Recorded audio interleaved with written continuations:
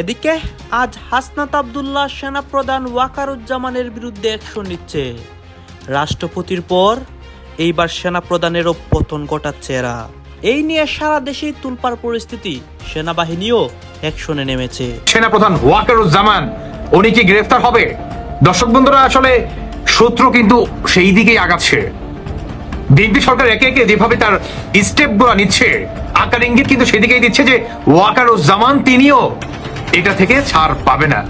আমি যে শুরুতে কথাটা বললাম, রাজাকারের পুত্র মির্জা ফখরুল ইসলাম আলমগীরের যে বক্তব্যটা আপনারা শুনলেন, এইটা গত দুদিন পূর্বে দেওয়া একটা বক্তব্য।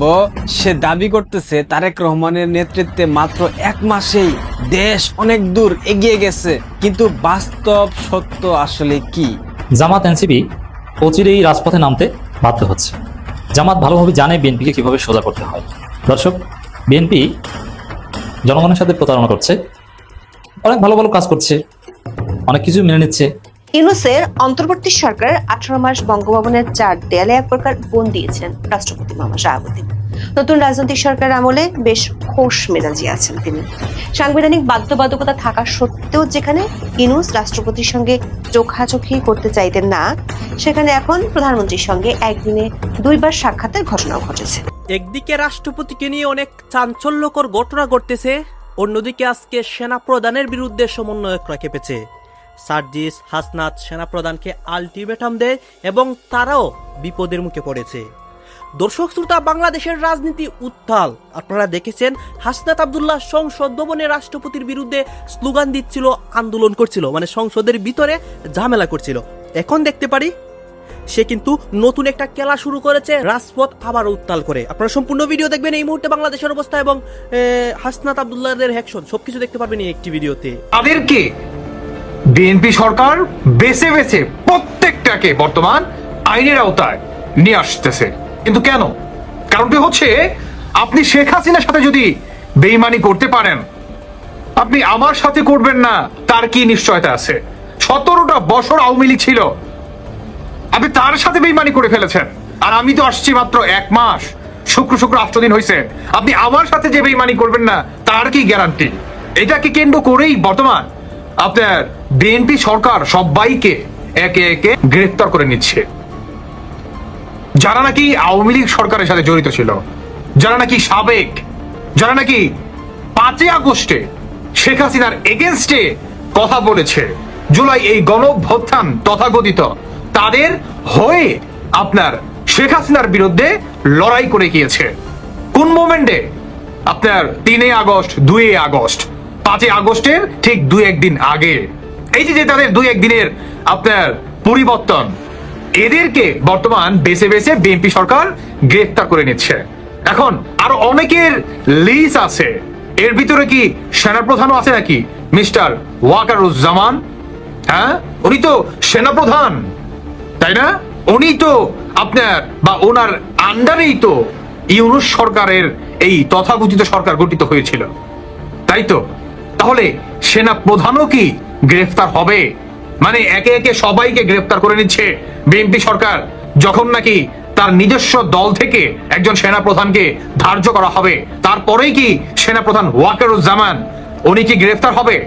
দর্শক বন্ধুরা, আসলে সূত্র কিন্তু সেই দিকেই আগাচ্ছে। বিএনপি সরকার একে একে যেভাবে তার স্টেপগুলো নিচ্ছে, আকার ইঙ্গিত কিন্তু সেদিকেই দিচ্ছে যে ওয়াকারুজ্জামান তিনিও এটা থেকে ছাড় পাবে না। আমি যে শুরুতে কথাটা বললাম যে মীর জাফরদের নাম বাংলাদেশের পাতায় লেখা থাকবে। আপনি বেইমানি করে আর যাই হোক, হয়তোবা কিছু দিনের জন্য, কিছু ক্ষণের জন্য আপনি ভালো থাকবেন, টাকা পয়সা অর্জন করবেন, ধন সম্পদ আপনি অর্জন করবেন, সবকিছুই করবেন, কিন্তু সেটা দীর্ঘস্থায়ী হবে না। তার জলজান্ত প্রমাণ বর্তমান এই জেনারেলদের দিকে তাকালেই কিন্তু বোঝা যায়।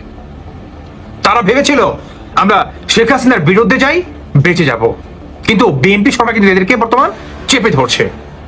তবে এটা ভালো, আবার চরম খারাপও। খারাপটা কি জানেন? যদি আপনার এইরকমই হয় যে যেহেতু আমাদের বাংলাদেশটা গণতান্ত্রিক দেশ, তাই সরকার পরিবর্তন হবে, এটাই হচ্ছে স্বাভাবিক একটা প্রক্রিয়া। কাজেই এই যে আইন শৃঙ্খলা বাহিনীতে, আপনার সেনাবাহিনীতে, পুলিশে, আনসারে, বিজিবিতে, নৌবাহিনীতে যারাই আসবে তারা যদি কোনো একটা বড় একটা পদ পদবি আপনার হোল্ড করে বা তাদেরকে দেওয়া হয়, তখন তারা কিন্তু টেনশনে পড়ে যাবে যে এই যে বিএনপি সরকার পতন হলে তখন আবার আওয়ামী লীগ সরকার আমাকে চেপে ধরবে। এই যে একটা মনে করেন ধরাধরি, এমনি করে কিন্তু আমাদের বাংলাদেশের সামরিক বাহিনীতে একটা সময় সৈনিকের কিন্তু শূন্যতা দেখা যাবে। এটা কি আপনারা ভাবছেন?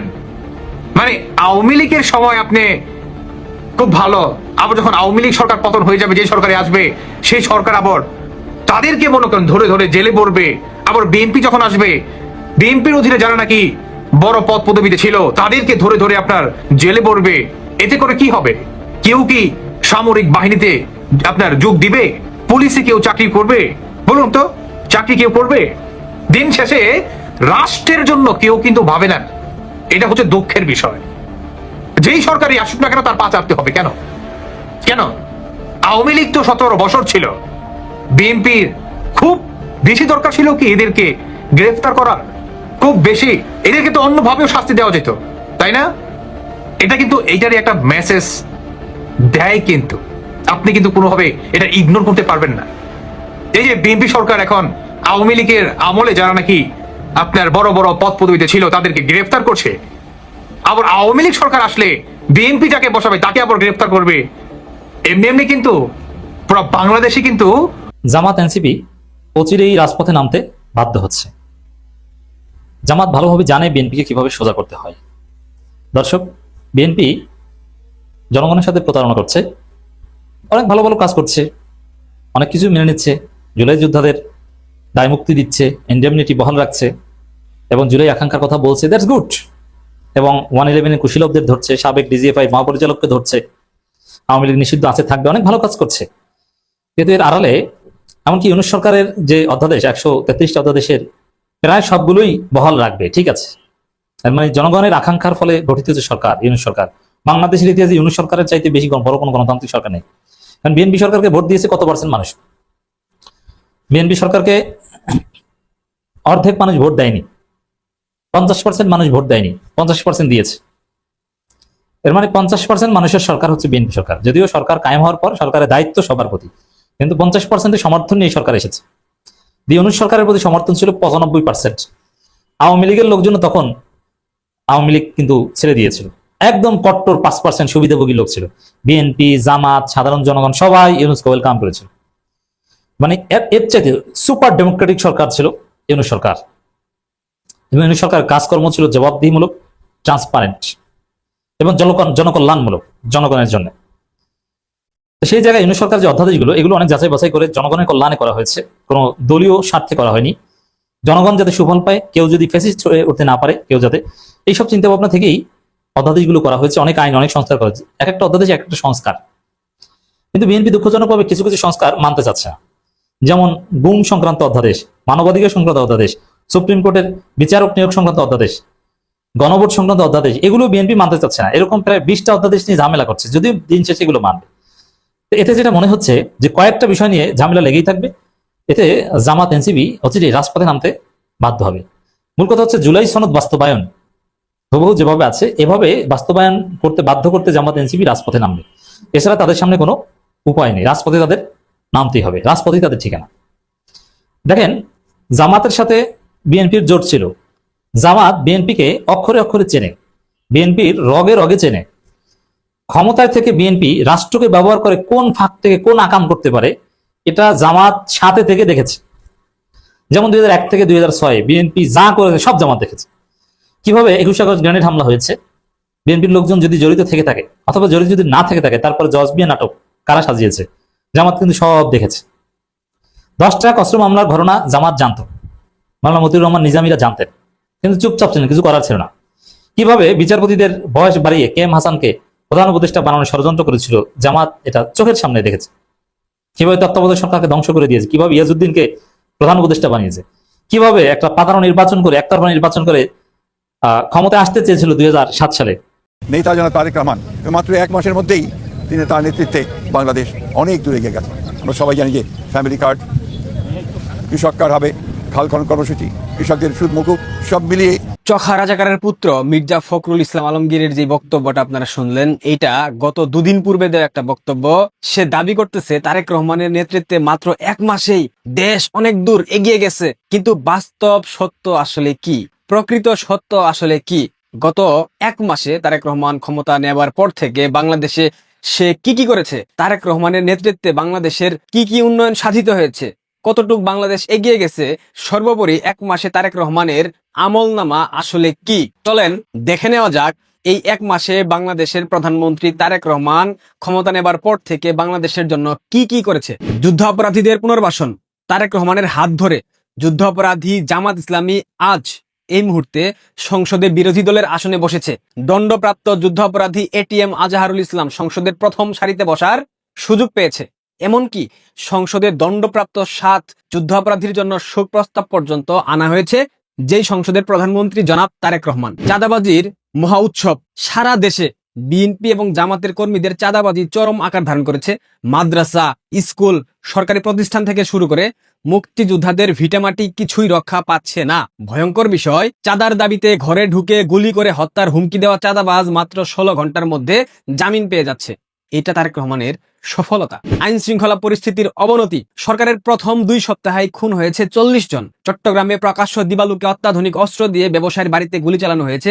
ছিনতাইকারীর হাত থেকে রেহাই পাচ্ছে না পুলিশ কর্মকর্তা, এমনকি দুদকের মহাপরিচালক। এছাড়াও ভিক্ষুক, সেও রক্ষা পাচ্ছে না। খোদ আইজিপির বাড়িতে চুরির মতো ঘটনা ঘটেছে, যেটা তারেক রহমানের অন্যতম সফলতা। সড়ক ও পরিবহন সেক্টরে বিশৃঙ্খলা, ঈদের যানবাহনের জন্য ভাড়া গত 20 বছরের রেকর্ড ছাড়িয়েছে। মজার বিষয়, 20 বছর পূর্বে ক্ষমতায় ছিল বিএনপি, 20 বছর পর এসে তারা তাদের রেকর্ড ভঙ্গ করেছে।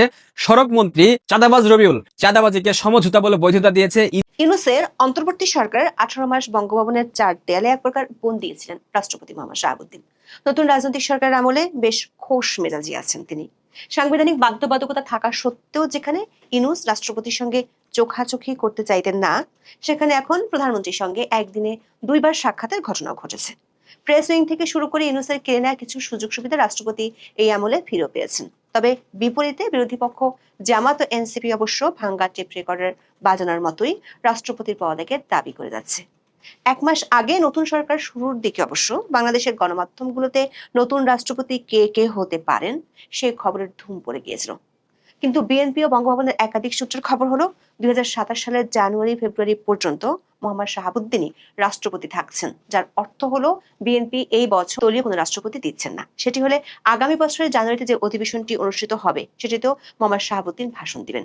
সে অধিবেশনের মাঝামাঝি গিয়ে নতুন রাষ্ট্রপতি নির্বাচন করা হবে কিনা সে সিদ্ধান্ত নিতে পারে বিএনপি শীর্ষ নেতৃবৃন্দ। প্রশ্ন হলো, কেন মোহাম্মদ শাহাবুদ্দিনকে রাষ্ট্রপতি রাখা হচ্ছে? এক্ষেত্রে বিরোধী পক্ষ থেকে রাষ্ট্রপতির মেয়াদের সাথে বিএনপি সরকারের মেয়াদের তুলনা করে যে হিসেব দেখানো হচ্ছে, সাংবিধানিক দিক থেকে বিচার করলে সেটি ভুল। বরং এর পিছনে এমন 3টি কারণ আছে যেগুলো এই মুহূর্তে বিএনপি প্রকাশ্যে আনতে চায় না। বিস্তারিত জানতে চলুন যাওয়া যাক বিশ্লেষণে।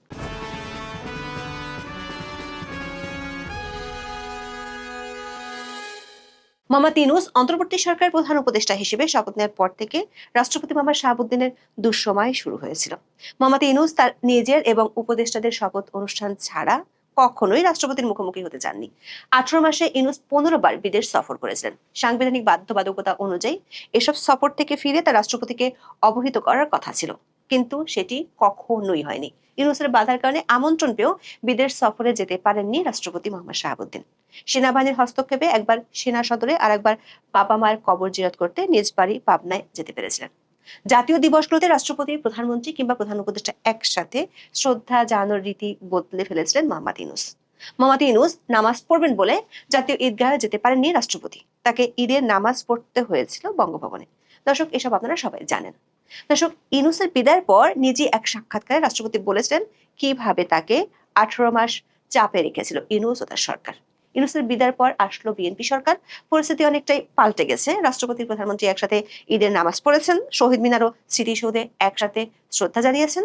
এমনকি স্বাধীনতা দিবসে প্রধানমন্ত্রী তারেক রহমান তার কন্যা জাইমা রহমানকে সাথে নিয়ে রাষ্ট্রপতির সাথে সাক্ষাৎ করে এসেছেন। যদিও রাষ্ট্রপতি নির্বাচনের আগে রয়টার্সকে দেয়া এক সাক্ষাৎকারে বলেছিলেন নির্বাচিত সরকার আসলে তিনি চলে যেতে চান। অবশ্য নির্বাচনের পরে আরেকটি সাক্ষাৎকারে বলেছেন বিএনপি চাইলে থাকবেন আর না চাইলে সসম্মানে বিদায় নিতে চান। 17 ফেব্রুয়ারি বিএনপি সরকার গঠনের পর থেকে বাংলাদেশের অনেক গণমাধ্যমে রাষ্ট্রপতির পরিবর্তন নিয়ে খবরের ধুম পড়ে যায়। এমনকি বিএনপির কে রাষ্ট্রপতি হতে পারেন অনেক নাম দিয়েও খবর প্রকাশিত হতে দেখা যাচ্ছে সংবাদ মাধ্যমে। সামাজিক মাধ্যমেও ছিল অনেক নাম নিয়ে আলোচনা। এরই মধ্যে সংসদের প্রথম অধিবেশনে নিয়ম অনুযায়ী দর্শক শ্রোতা, আপনারা তো দেখলেন এখানে কি কথা হচ্ছে। অনেকে কিন্তু অনেক কথা বলতেছে, বিশেষ করে এখানে আমরা দেখতে পাচ্ছি যে দেশের রাজনীতির প্রেক্ষাপট নিয়ে কথা হয়, আরও অনেক বিষয় নিয়ে সবাই সবার মন্তব্য প্রকাশ করে। গাইজ, এই বিষয়গুলো দেখে এবং দেশের রাজনীতির প্রেক্ষাপটগুলো নিয়ে আপনাদের মন্তব্য কি? আপনাদের কিন্তু গুরুত্বপূর্ণ মন্তব্য অবশ্যই আপনারা আমাদের কমেন্ট বক্সে লিখে যাবেন। সর্বশেষ আপনাদের কাছে আমাদের একটা রিকোয়েস্ট থাকবে, আপনারা আমাদের চ্যানেলের দর্শক হয়ে থাকলে চ্যানেলটি সাবস্ক্রাইব করবেন এবং পাশে থাকা বেল বাটনটি বাজাবেন যাতে করে নেক্সট ভিডিওটা সবার আগে আপনাদের কাছে পৌঁছে যায়। ধন্যবাদ।